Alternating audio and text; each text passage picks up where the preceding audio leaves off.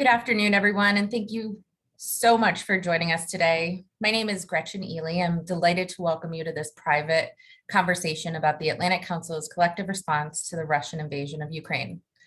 The Atlantic Council has been a leading voice on transatlantic cooperation since its founding over 60 years ago. Through our 15 programs and centers, we have been at the forefront of the conversation and analysis of the most recent Russian aggression, offering cross-cutting analysis to enable the United States and its allies to act swiftly and effectively. Building on our mission to galvanize U.S. leadership and engagement in the world alongside allies and partners, we're providing an essential forum to unify the disparate voices in favor of democracy and prosperity. The Council's 3 strategic priorities around which we have based our work include strengthening U.S. allied and partner efforts to counter Russian aggression, supporting, unifying, and amplifying voices from the US, Ukraine, and our NATO allies to operate with the best information and analysis available, and shaping global understanding of short and long-term implications of this war.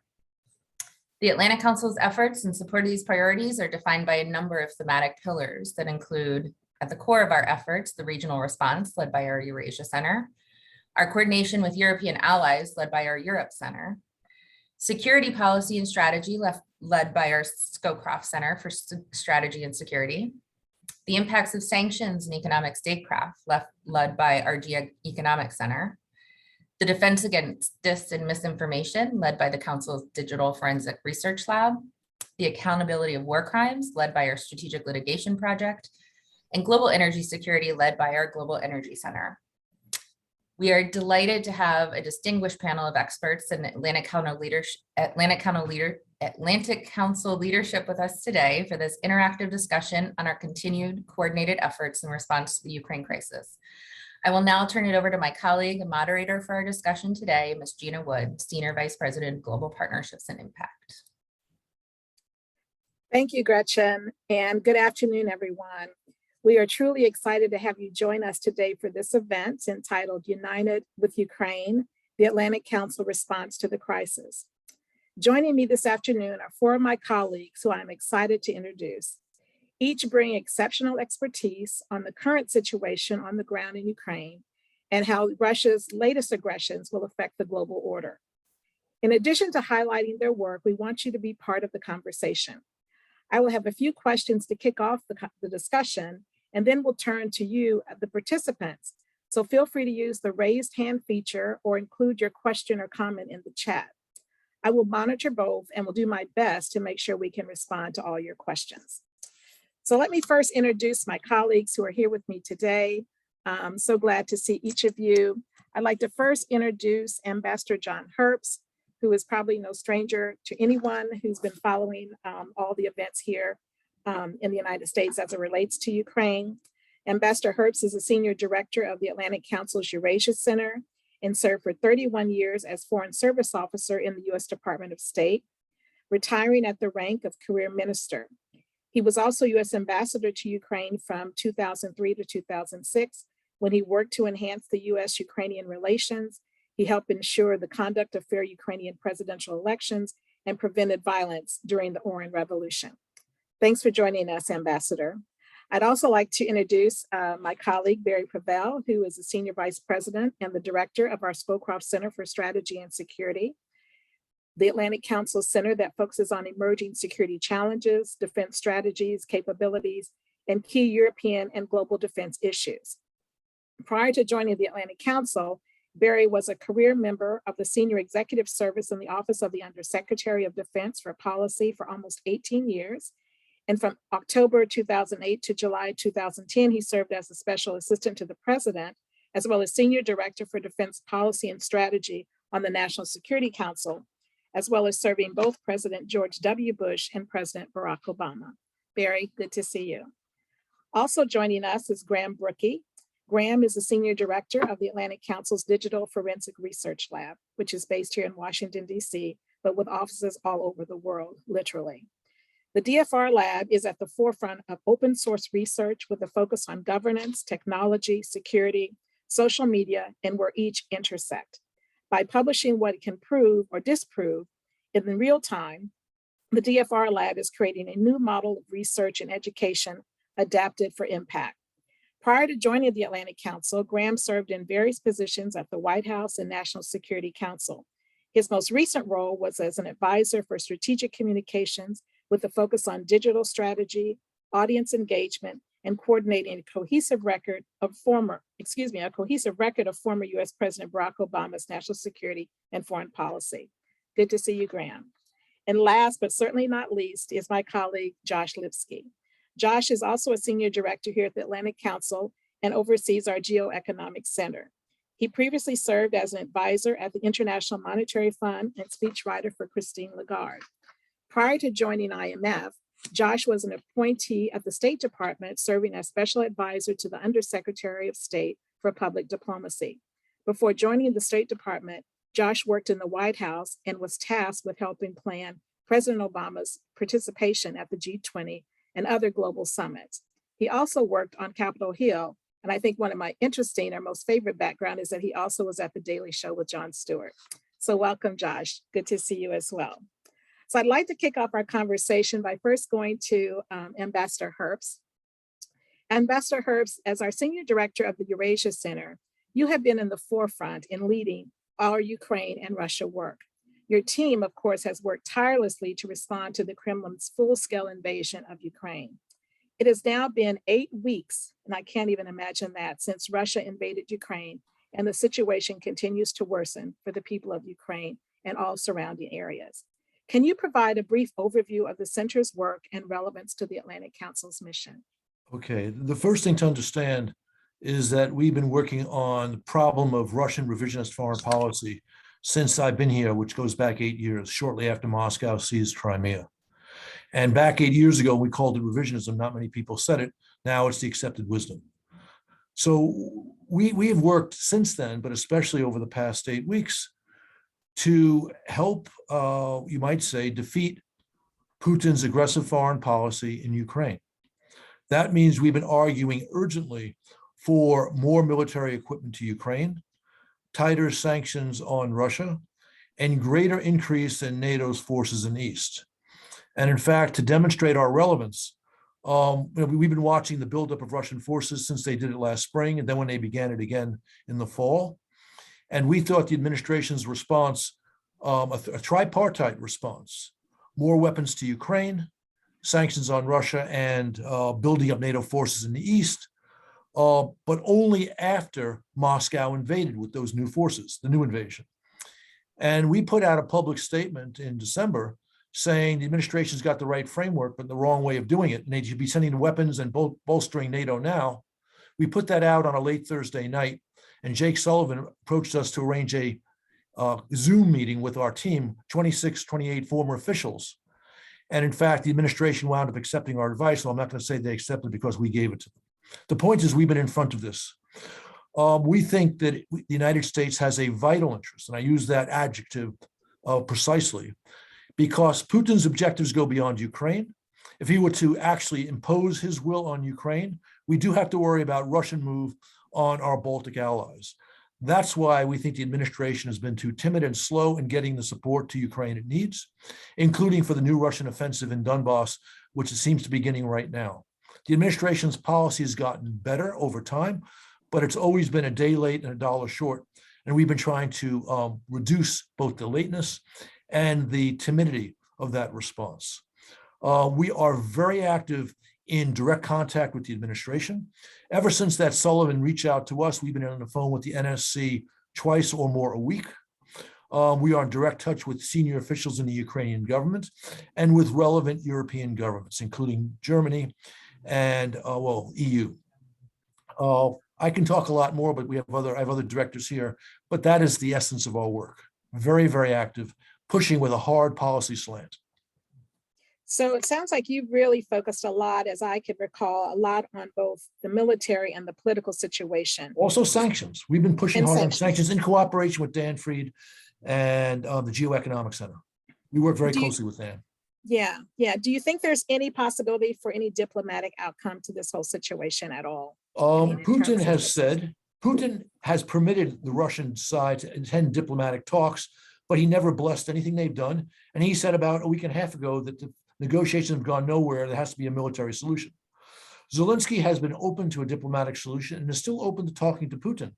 But given the fact that Moscow has committed multiple war crimes, the things they've done to civilians in Ukraine and areas they've captured has people talking seriously about genocide, makes it very hard for Zelensky to consider any real compromise, which would leave Ukrainian citizens to the tender mercies of Putin's forces. Okay, thank you for that. I'm going to now transition to Barry. And I think one of the things I may come back to you on, Ambassador Herbst, is some of the humanitarian efforts as well, because I think that's another piece of the work that you're doing in addition to some of the military political activities. So Barry, as I turn to you to discuss the broader efforts in supporting Ukraine's response to Russia's aggression, I know the Scowcroft Center has led our security and policy strategy efforts and is providing really the coordinated leadership across all the programs and centers. And these efforts have really been, I think, wide ranging, from offering short-term recommendations with regards to the US and NATO military posture to also focusing on the national defense strategy. Can you elaborate on these and other key efforts, including looking ahead on how the war might eventually end, if that's even realistic in the short term? Thanks, Gina. And I just wanted to tip my hat to John Herbst and his amazing leadership, not just during this crisis, but as he said, throughout the 8 years he's been in this position at the Atlantic Council, really sustained. And without John's role, I think the US and NATO would be worse off. But thanks to him, we're a little better off. So just very briefly, the Scowcroft Center really focuses on three things: strategy, including foresight, alliances, and defense. And so, and in particular on defense, bringing the ongoing revolution in military affairs, trying to bring that into fruition as soon as possible and effectively as possible. And so since January 4th, we've been applying these three competencies pretty urgently to the crisis. First off, thinking ahead to the new era that the invasion has kicked off, and the unfolding, the continuing to unfold geopolitical implications. So even wrote many things, including on February 23rd, an op-ed about sort of what the new threat to Europe might look like. Also spending a lot of time with our NATO colleagues and US defense colleagues to inform the posture changes, the military deployments to Europe and around Europe. This is something that I used to do in OSD in the Pentagon. And so also spending a lot of time with those officials. And we were fortunate that many of our suggestions were adopted, but there's a lot more to come, because the European security landscape is really changed significantly for the foreseeable future. And now we're spending a lot of time, including an op-ed that just went up today, but also working with officials on Finland and Sweden. They are now looking toward NATO membership. What does that process look like? What are the pitfalls? How might Putin try to stop or delay that process? How can the US and NATO counter, for example? So looking at that. And then third, as Gina said, spending a lot of time with our colleagues in the Defense Department on the national defense strategy. And there has been a culture in the Pentagon that John and others will recognize that it's all about China. They're really the threat. You know, Russia, they're this power in decline. Don't worry, they're declining. Their population is shrinking. You know, no need to worry. And that culture still continues. And so the defense strategy that was going to be released, that luckily was held, had many, many pages on China and a couple paragraphs on Russia. That was held. It's been rewritten. But I still worry about the sort of general downgrading of a very active threat under a very risk-tolerant Russian leader. So we're spending a lot of time on those defense issues. We're spending a lot of time on Taiwan. What are the lessons for Taiwan from this, what we're seeing play out with the really brilliant Ukrainian defense, obviously with quite a bit of help behind the scenes. So that should be also remarked. But this has significant implications, not just for the European threat, but for how do you think about defense going forward. The last thing I'd say, it's a tough thing, is we look at scenarios. We try to use foresight And so maybe instead of spending more time, happy to talk about some of the scenarios about how the war might end in the Q&A period. So thanks, Gina. Thanks, Barry. Before I go to Graham, one of the things that I've been hearing a lot about, and I didn't hear this, but I'm sure you probably did, was CIA Director Burns' recent speech. Can you comment on that and sort of the thoughts there? And maybe Graham might have some thoughts on that as well. But there's been a lot of discussions about some of the things he's concerned about. And he's been sort of making some recommendations. I'm not sure I saw that speech, so sorry. So you haven't Maybe seen Graham it. can Okay. All right. All right. Well, I'll skip that then. But just one last question for you then is what are your short-term recommendations as well as what you envision to be the longer-term implications of this invasion? Do you have any reflections on that? Well, I think John's right. I mean, we're starting to get the right weapons into the Ukrainians' hands. My own view from the very beginning, and it might be even more pertinent now, is, you know, borders are established where forces end up at the end of wars. We had West Germany and East Germany divided because that's where Soviet forces and Allied forces met up at the end of World War II. The need for some sort of presence, to me, in Western Ukraine, because we want Russian forces as far away from our allies' borders as possible. We don't want Russian forces, including nuclear forces, along the borders of 7 NATO members. That would be much more costly, much more risky in terms of World War III than making some smart, measured moves, having some presence in Western Ukraine. And there's been a lot of good writing about this and speaking. I would say that's a really significant thing that hasn't been getting the attention that it deserves. And certainly always worries about escalation. I worry more about the 6, Cuban Missile Crisis style crises that would come about if Putin took over all of Ukraine, had forces along 7 NATO members, the trillions of dollars in defense spending that would trigger, compared to some modest, smart things that we might want to do now, as one example of a few recommendations. Okay, those are good ones. Thank you, Barry. So Graham, starting with you, a little bit around defending the homeland against Russia and the Russian non-military moves in both cyberspace, election security, sort of mis, dis, and malinformation. I'm learning these terms from you are all vital to the US and allied security. And certainly your team has been vigilant, I mean, literally vigilant in tracking the Russian disinformation or information environment and its corresponding impact. And I think about the work that you're doing and how you've been monitoring Russia's military operations in and against Ukraine in really large part as to what's the reason that we even have a digital forensic research lab. So I'd love to hear a little bit more from you about how you've approached documenting, verifying, and preserving the worst of what we've seen Russia do in places like Mariupol, and why is it important? Yeah, absolutely. Thank you, Gina, and thank you for the intro, Gretchen, as well. So this, Gina, to your question, I mean, this is the origin story of the DFR lab. In 2014, 2015, 2016, the group that would become the DFR lab, which is now 38 people spread out across 5 different continents doing this work on a minute by minute or hour by hour basis.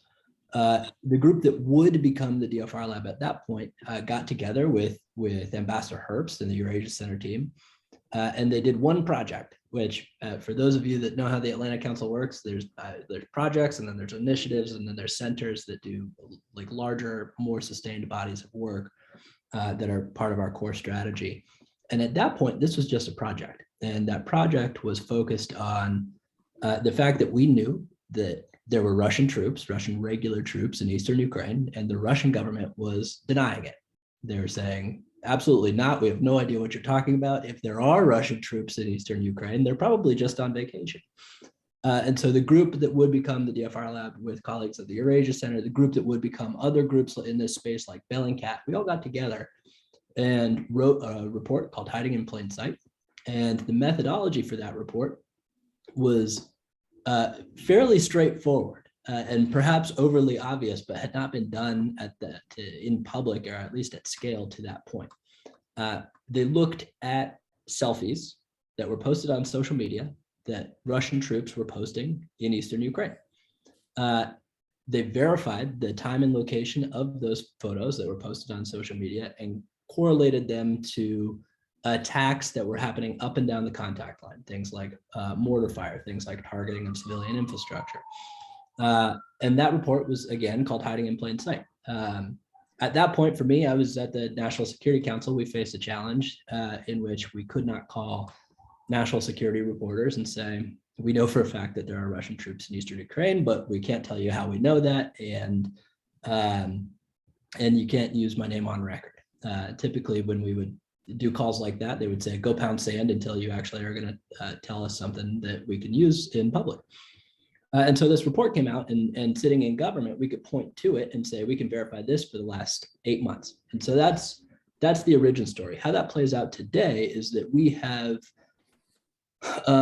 now a Russia-focused team that's been built up around the region over the past 5 years that's mostly engaged in 3 very specific things: research and reporting, the kind of research and reporting that we're publishing 3 times weekly right now, monitoring the effort, which I'll come back to momentarily. Capacity building, so working with more groups, to raise standards for identification of malign Russian activity, ranging from tracking open source information about what the Russian military is doing, tracking online narratives and disinformation, how Russia positions itself in a global competition for information, or deploys strategic disinformation as a vanguard to military activity. Things like this, raising standards for looking at the internet to identify what Russia's up to.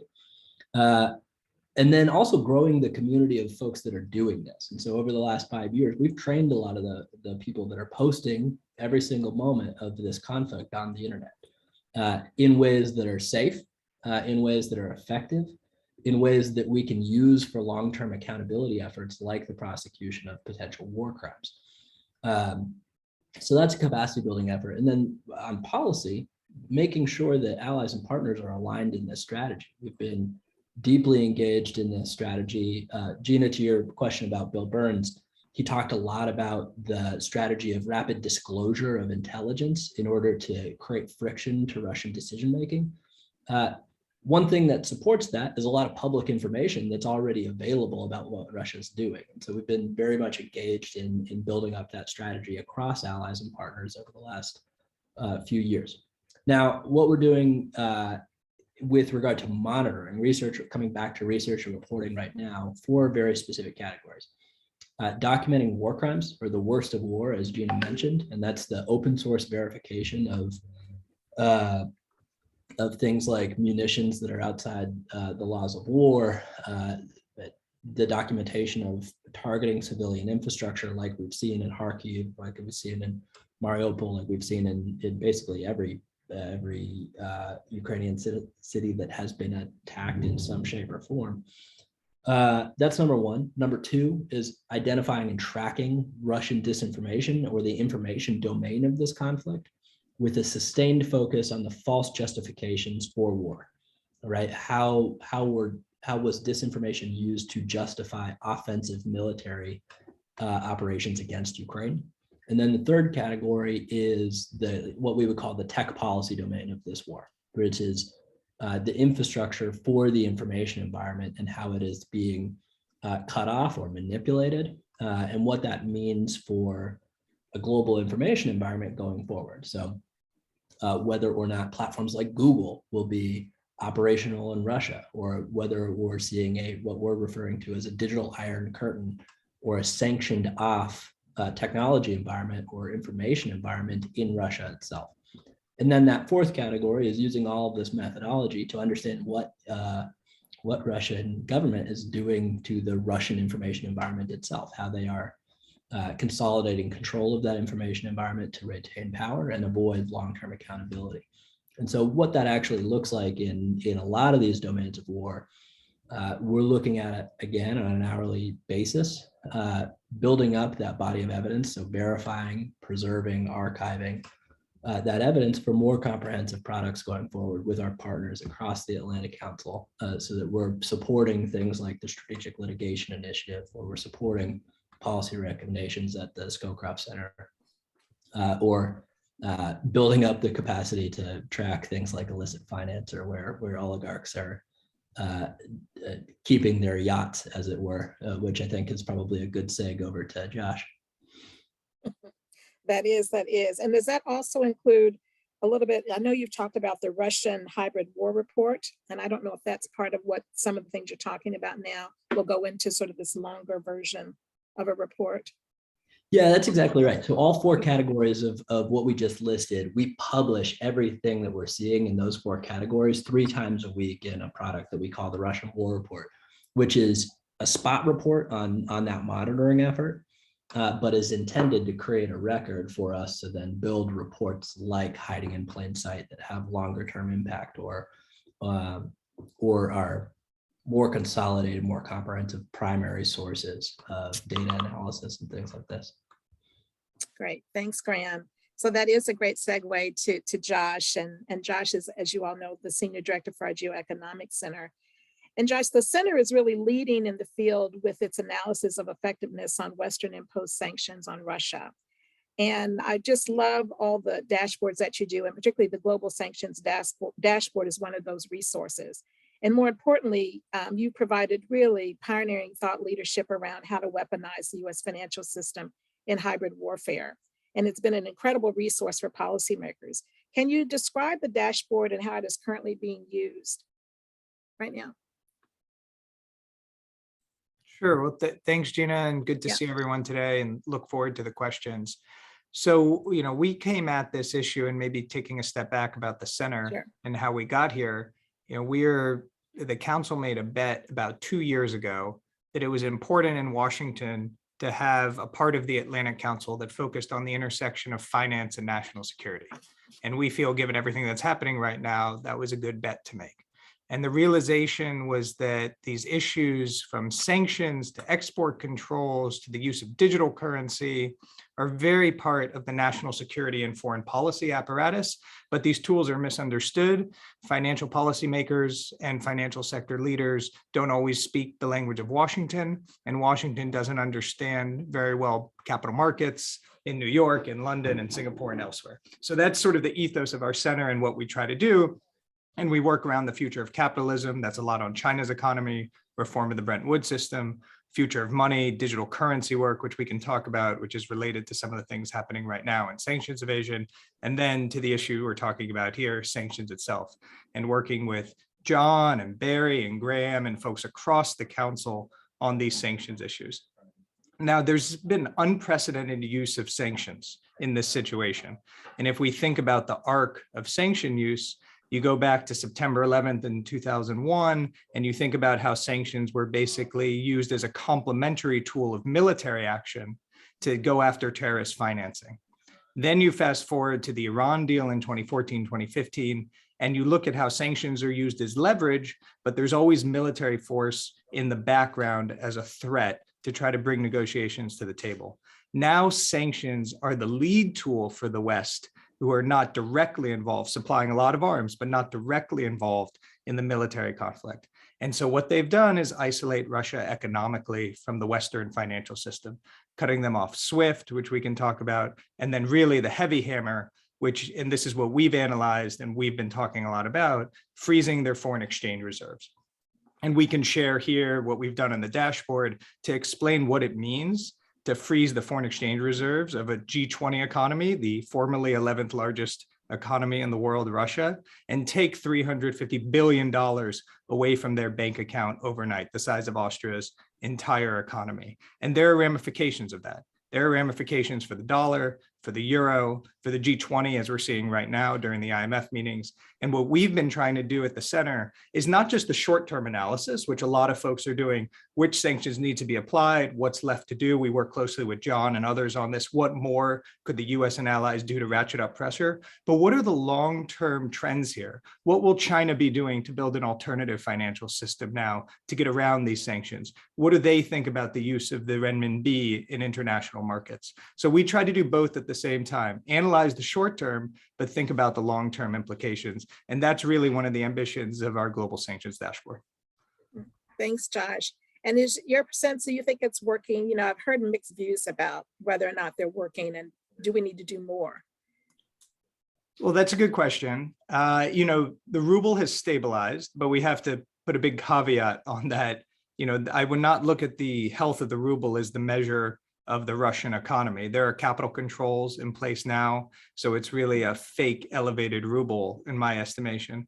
The sanctions have hurt. I mean, they have significantly hurt, but we should not pretend that while oil and gas revenues are flowing in to the tune of tens of billions a day, that there is anything that will destabilize permanently the Russian economy. And they can do more than just stumble along as long as the oil and gas revenues continue to come in.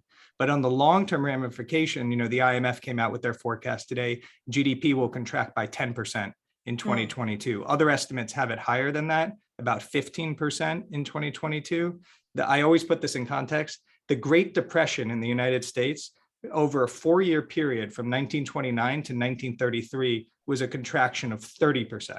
So you're looking at half the Great Depression in about 9 months' time. So we should not pretend that sanctions haven't hurt the Russian economy, but we also shouldn't pretend that they have destabilized the economy or taken out Putin's ability as a political leader or a military operator. Thank you. Thank you for that. So you've heard a little bit about, from 4 of our centers today. And if you're here in the audience and you have a question or a comment, feel free to either raise your hand, put a note in the chat, and happy to have you be a part of this conversation. I'd love to go back to you, Ambassador Herbst, to talk a little bit more about, and thanks everyone, what great overviews and background in terms of just a little bit. But and Barry, I'm going to come to you also to kind of maybe highlight some additional things that we're doing in terms of energy, some of the work that some of our Europe Center is doing as well. But Ambassador Herbst, I know we've got some folks, I believe, on the call that have some concerns around humanitarian efforts. So I'd love for you to talk a little bit about some of your work in that regard. I know you and your team have really been just doing amazing work in terms of working on the ground with some of our partners. The 2 things I didn't discuss, but perhaps I should have, were one, humanitarian activities, and also the eventual reconstruction of Ukraine. On humanitarian issues, my deputy, Melinda Herring, has been just extraordinary. Besides doing her day job, she's actually organized fundraisers both in DC and in New York City, which have brought in about $200,000 to help the humanitarian situation. But the macro situation is obviously well beyond that. There are right now 4.6 or 4.8 million Ukrainian refugees in Europe. That's like 11% of the Ukrainian population. And there are another 6+ something million internally displaced people. So roughly a quarter or a bit more than a quarter of the Ukrainian population at this stage has been displaced. This is a catastrophe which dwarfs the immigration crisis that Europe had 10 or so years ago. Remarkably, this has been dealt with reasonably well, because most, if not, well, with perhaps one exception, all of Ukrainian neighbors have performed heroically. And Ukraine itself has performed heroically. So those internally displaced Ukrainians have been welcome elsewhere in the country. But this is a problem which will require certainly tens of billions of dollars to address.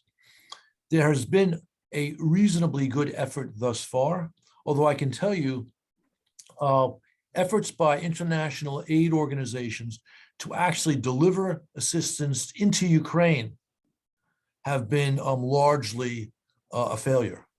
I won't name organizations. Some of this has appeared in the press, but it has been a failure. And I think one reason for that is that they are as risk averse as the US government. So we don't have an embassy in Kyiv, even as many of our colleagues or other fellow countries are returning diplomats to Kyiv. We're not. And I think we've seen a risk averse element in the part of international aid actors. But this is getting better. And there are remarkable efforts at the Polish-Ukrainian border and also the Romanian-Ukrainian border. On reconstruction, obviously this is for a later date, but it's worth recalling that the post-World War II world began to be planned actually when Churchill and Roosevelt met before we entered the war in the fall of 1941. So we are already beginning to put together a team, and here too, Melinda will be the point of contact for us. And we are thinking very seriously about bringing on very serious talent to actually oversee that effort. But this will be I am actually an optimist. I think Ukraine is going to win this war. It might take 6 or more years, although it might be much faster than that. And I am confident that we'll see a day when most, if not all, Russian troops have left Ukraine, Crimea being the one place where that may not happen within that time span. And we will need to be ready with a very serious reconstruction effort. And we want to be the thought leader there too, as we've been on everything Ukraine and Russian revisionism over the past 8 years. That's great. Thank you, Ambassador Herbst. And we're getting some questions. So again, I encourage anyone that has a question or comment to please add it to the chat. And Barry, before I go to my question, I'm going to provide the questions from our participants. This first question is, what additional efforts should be made to reach the Russian public with accurate information, and what might we do to help the 300,000 to 500,000 Russians who have left their country in the last 6 weeks to organize themselves to oppose the Putin regime? So that sounds like a question somewhat to you, Graham, to some extent, but I'll open it up for anyone that would like to respond to that. I think Ambassador Herbst might have a view, having a lot more appearances on Russian television than I think is recommended by any doctor. Okay. But I can start off if useful. What should we do to reach the Russian public? I think this is a big infrastructure question for us, right? This is a big question of tech policy, in my opinion, where we've seen a lot of very logical demands made of groups that we've worked with for a long time, including the Ukrainian digital minister, to shut Russia off of the internet, to sanction them off of the internet, where we've seen large multinational companies like Facebook justify shutting down operations in Russia because of sanctions, responding as a company as opposed to critical infrastructure for information. I think that's probably short-sighted, right? One of the things where other multilateral bodies have slightly pushed back, such as ICANN, the group that governs the global internet, they've slightly pushed back to say, we probably could take .ru domains off of the internet. We might not want to just yet. It might not be in our interest to shut Russia off because of the implications that it would have in other places like China. This is a big question. I think investing in technology that allows for both privacy and free speech, especially as it pertains to like opposition groups and civil society in Russia, that's really, really important. Having that 40,000 foot view of the global information environment and making sure that, just like the internet, it remains secure, open, and interoperable is really, really important.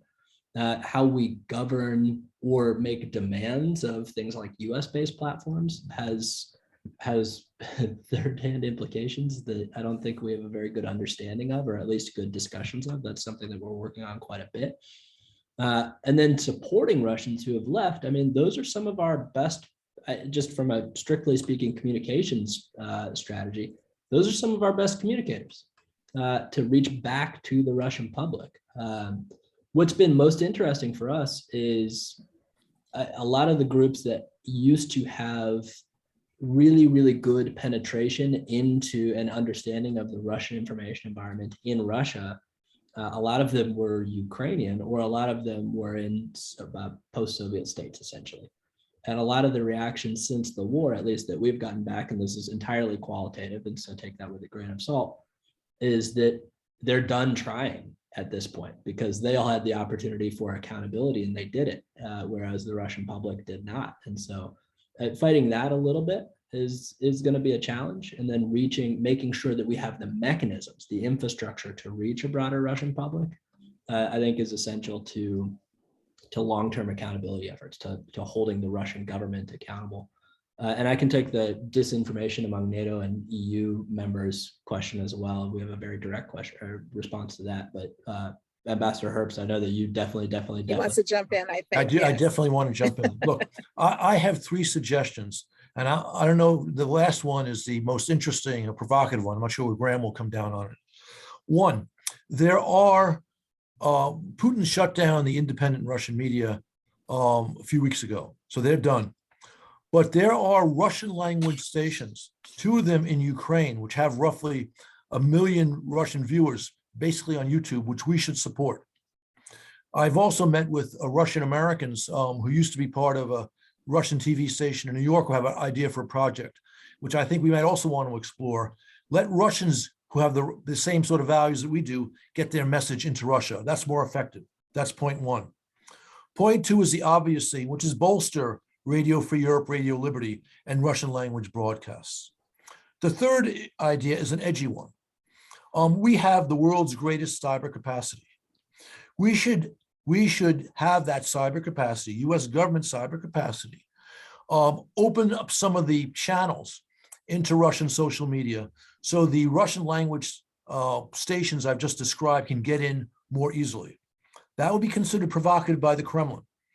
And I think the same timidity I see on the arms side would also apply here. But if we were really serious about bringing the Russian public into this conversation, that's what we would do. And of course, we don't have to acknowledge that we do this. That's true. That's true. That's, I'm that's a really good seg to the other question in the chat. So agree with all of what Ambassador Herbst just said. The challenge is, Russia has been trying to shut off the global internet for Russians for a long time. They have been hilariously bad at this, right? They tried to shut off one very large platform. They've tried to shut off YouTube in particular. They've threatened to shut out Google. The last time they tried, they made a big public statement that they were doing this to shut down one platform and then accidentally shut off the entire internet in the country, which made a lot of Russian people very, very angry on a day-to-day basis. And so and weaponizing that is entirely possible, and it would be highly effective. Now, who is countering disinformation among NATO and EU or like how is disinformation among NATO and EU members addressed? There's a lot of new government entities that we work very directly with on a coordinated strategy here. The Brits have been very, very good at this. They've been not very risk averse, and they've funded a lot of the groups that counter disinformation, including ours, full disclosure, but especially the groups that are based in Ukraine, groups like Stop Fake, groups like the Ukraine Crisis Media Center, independent media such as Hromadska. All of those groups have been seed funded by a lot of independent but government funding, government-backed funding. Now, across all of the allies and partners, the Canadians and the Americans and the US government in particular has invested a lot in this, has built a lot of bureaucracy. Bureaus at Josh's former stomping grounds within the R family at State, the Global Engagement Center, which we work very directly with.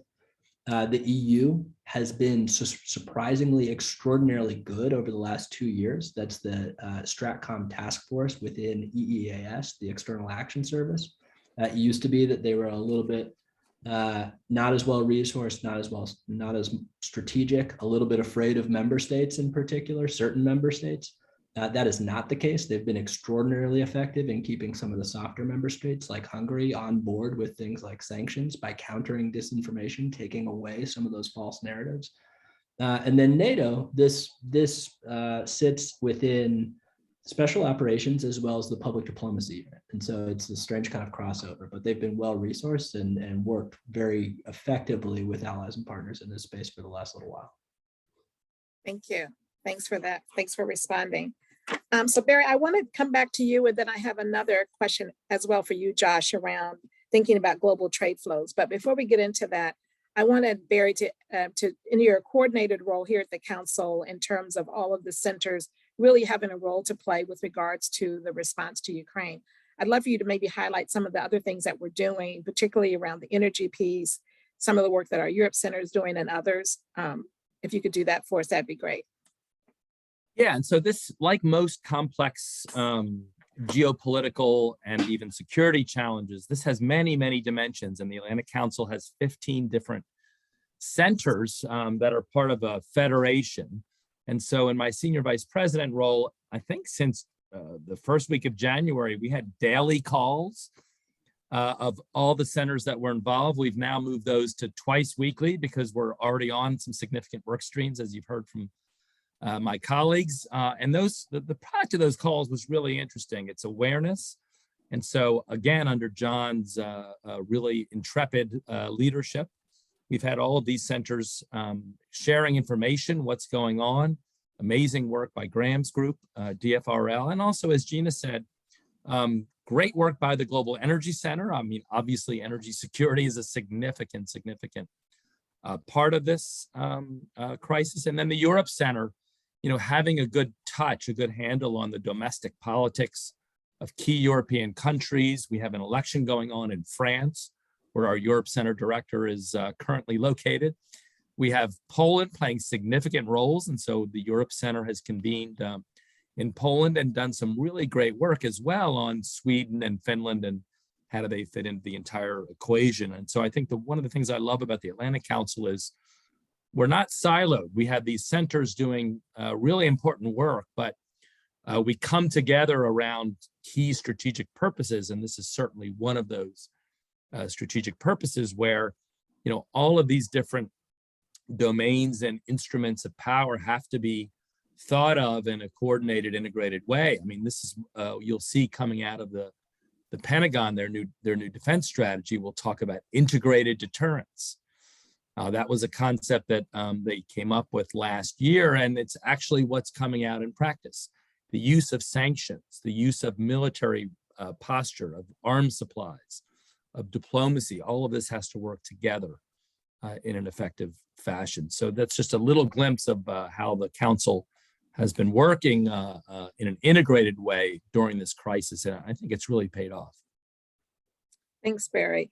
And I think one of the strengths of the Council has really been our convening power. And we've had many opportunities within these last 8 weeks or so to really begin to bring really high-level folks, both within our U.S. leadership as well as outside, to really provide, some perspectives with regards to what needs to happen, from the NATO secretary to even recently, Josh, you've had the chance to even have Secretary Yellen last week with us, who spoke a little bit about it in her international speech that she gave. And I know that you've got an event that's coming up next month, and I know there's been some implications to our global trade flows with regards to the Russia crisis and the impacts around the transatlantic economy. So I'd love to hear from you, talk a little bit about your thinking around that event that's coming up, but also some of the real powerful convening that we've done through the Geoeconomic Center around some of these issues as well. Thanks, Gina. And yeah, we had a very special event last week. Secretary Yellen came to the Council, our largest in-person event in 2 years. And she gave a major speech on international economics. And it's being referenced throughout this week because her whole frame of the speech was, let's look at what the West has done on sanctions, this G7 alliance, and let's turn it proactively to what that same alliance could do to the challenges of the 2020s, including the reform of the Bretton Woods system. And that was a big statement to make going into the IMF World Bank Week, and it was noticed by finance ministers around the world. We had the Indian finance minister come to the Council last night and spoke to her about this very issue. And what does a reform of the Bretton Woods system mean that's core to our work at the center? First and foremost, it centers around trade. And she said plurilateral trade agreements, that's a sort of wonky trade word, but what it means is that this whole WTO concept of 170, 150 nations agreeing on anything, we're not going to try to do that. We agree that 2 or 3 countries at a time could affect useful trade deals. And the implication of that is a US-UK trade deal, a US-EU trade deal. That's the subtext of when she says plurilateral trade deals. And so timing is good because next week, you included, Gina, are going to London to do a major event on the future of the UK financial system, UK's economy, what it means post-Brexit, and how it can be better integrated with the US economy. And that'll be our biggest in-person convening since the pandemic. So all of this lines up nicely with our work. I think speaks to the convening power of the Council. And as I said, when she came, we were very happy to host her as the Geoeconomic Center, but the issues she was speaking about were the things that the 15 programs in Center work on across the Council, from China to military strategy to everything happening in Russia and Ukraine. Thanks, Josh. We have one other question, and the question is, what weapons should go to Ukraine and what limits, if any? So I'll just open that up to all of our speakers. I see Ambassador Herbst smiling, so I sense that there's a thought there. Okay. Yeah, John. The administration put out a package for $800 million last week, which was a clear step forward. The most important items they sent in that package were armored personnel carriers and 18 I-155 pieces of artillery. That's long-range artillery, which Ukraine desperately needs. The quantity is a little bit lacking, but I faulted them for not agreeing last week to send multiple rocket launchers, which serve a similar purpose to the I-155s. Basically, they need 100, 200 of between long-range artillery and the multiple launched rocket systems.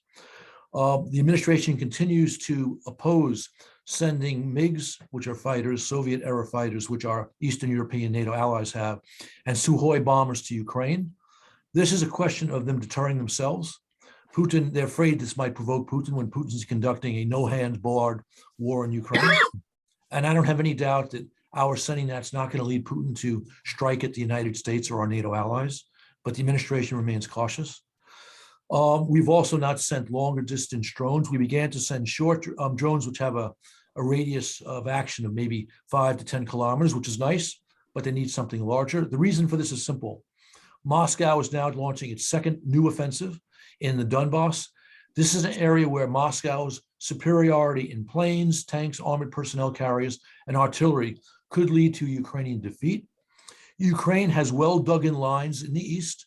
Moscow can envelop those lines. Those lines are protecting the city of Kharkiv, the second largest city in Ukraine. If Moscow goes large behind those lines, Zelensky may face a very nasty choice between saving his army by withdrawing them or, again, leaving his cities, Kharkiv, to the tender mercies of Russian occupiers. And Moscow is committing major, major war crimes. If we sent all the things I'm suggesting, and also very important, began the process of sending to Ukraine via training of both maintenance and flying our soon-to-be mothballed F-16s, that would demonstrate to the Russians that their air superiority in the future will be in doubt, which will, I think, encourage the right decisions in Moscow. I can talk about the nuclear threat if you want, but I think I've said enough for now. Yeah, well, just in consideration of time, I want to make sure that each of you have a chance to kind of close with giving you each about a minute. And my thought is that, we've tried to present to our participants today sort of a snapshot of sort of what we're doing as an Atlantic Council as a whole in terms of responding to the crisis in Ukraine. And I'm really proud of all the work that you all are doing collectively and individually to address this issue. It's really heartening and really horrific, the things that are happening there on the ground. And so I'd love for each of you to maybe take a minute and really think about of all the things that we've been doing over the last 8 weeks and even before in terms of the work of the Eurasia Center, where you think we've had the greatest impact and where you think we need to go next in terms of our work in response to the situation in Ukraine. So why don't I start with Josh and go backwards and close with Ambassador Herbst. So Josh, I'll start with you and then Graham and Barry and then Ambassador Herbst. Oh, good question. Thanks, Gina. I going back to what I said at the beginning about short-term, long-term, when the decision was made on a Saturday to freeze the reserves of Russia's central bank, something the White House had been telling us a few days earlier was not going to happen. And that wasn't because they knew and it wasn't, it's because it came together so quickly. We reacted all through that Saturday night and Sunday as a council. And I think that stands out, in the think tank space. We were writing about it, we were commenting on it, we were analyzing, we were doing private briefings with the administration all throughout the weekend. And because of the output we did over that Saturday, Sunday, it influenced the coverage of that crisis and the FX reserve freezing throughout the week, and was one of the reasons Secretary Yellen came to us to do the speech, which was the forward-looking policy speech. So I think it speaks to what we do on a short term, but then helps us build the body of work we're doing over the long term. And when I think about impact and all of that dovetailing with our Bretton Woods work, that's what I think about. Thanks, Josh. Over to you, Graham. For our mission and remit, I think two things. I think the amount of posting that you're seeing done by highly professionalized groups, I'm entirely confident saying that if not for our efforts over the last 5 years, those groups wouldn't exist. We've trained the vast majority of those groups. And you're seeing the fruits of that effort bear out in the information domain of this war.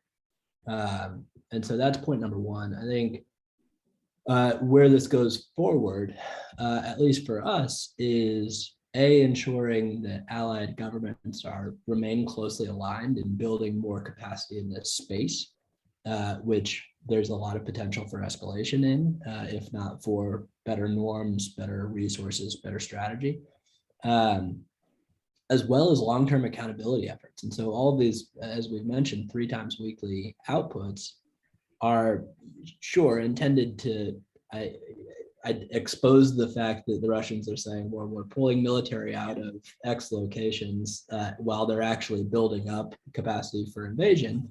But that goes towards efforts that will be in place for the next 5-6 years. So I think those are the areas for us, at least. Right. Your thoughts, Barry? Sure, yeah. I think we've had a pretty big impact on the U.S. national defense strategy coming out of how this started, but also on the military posture enhancements that have gone into and around Europe and are still more to come. They don't want to do this as one big increment. I think the part that's yet to play out is the geopolitical. And it's my view that we have a very selfish national interest in ensuring that Putin loses, not just in helping the Ukrainians to defend this city or defend that city. It is a very bad outcome for the United States and Europe if Putin wins in a bigger way than if Putin wins, period, I should say. And so how the geopolitical chips kind of settle, what that means for Xi Jinping and his grip on power and China's designs on Taiwan, I think that's all really important and still playing out. So Ambassador Herbst, your final thoughts? I've already given away our main game, which is, the document we produced in late December, which led to our very close interaction with the administration in nudging them to be tougher. And the game we play is both an inside game, directly in touch with them, and directly in touch with the Ukrainians. So we have a real feel for what's going on the weapons supply side, but also publicly and in Congress, because Congress is a very positive actor here. Thank you. And really just want to first say thank you to my incredible colleagues, Ambassador John Herbst, Barry Pavel, Senior Vice President and Director of our Scowcroft Center, Graham Brookie, Senior Director of our Digital Forensic Research Lab, and Josh Lipsky, also Senior Director of our Geoeconomic Center, for just a really terrific conversation and a great way of presenting the incredible work that we're doing here at the Atlantic Council with regards to our response to Ukraine.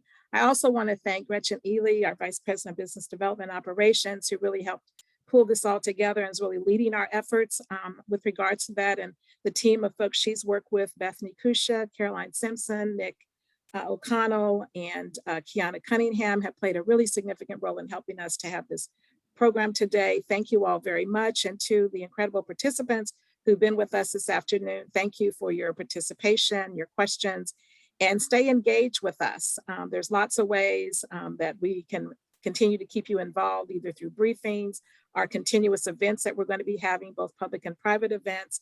So reach out to us if you have questions or thoughts or comments or anything that you weren't able to ask today. I'm Gina Wood, Senior Vice President for Global Partnerships and Impact. And I just want to say thank you again for joining us, and have a great rest of the week. Thank you, Gina. Thanks, everyone.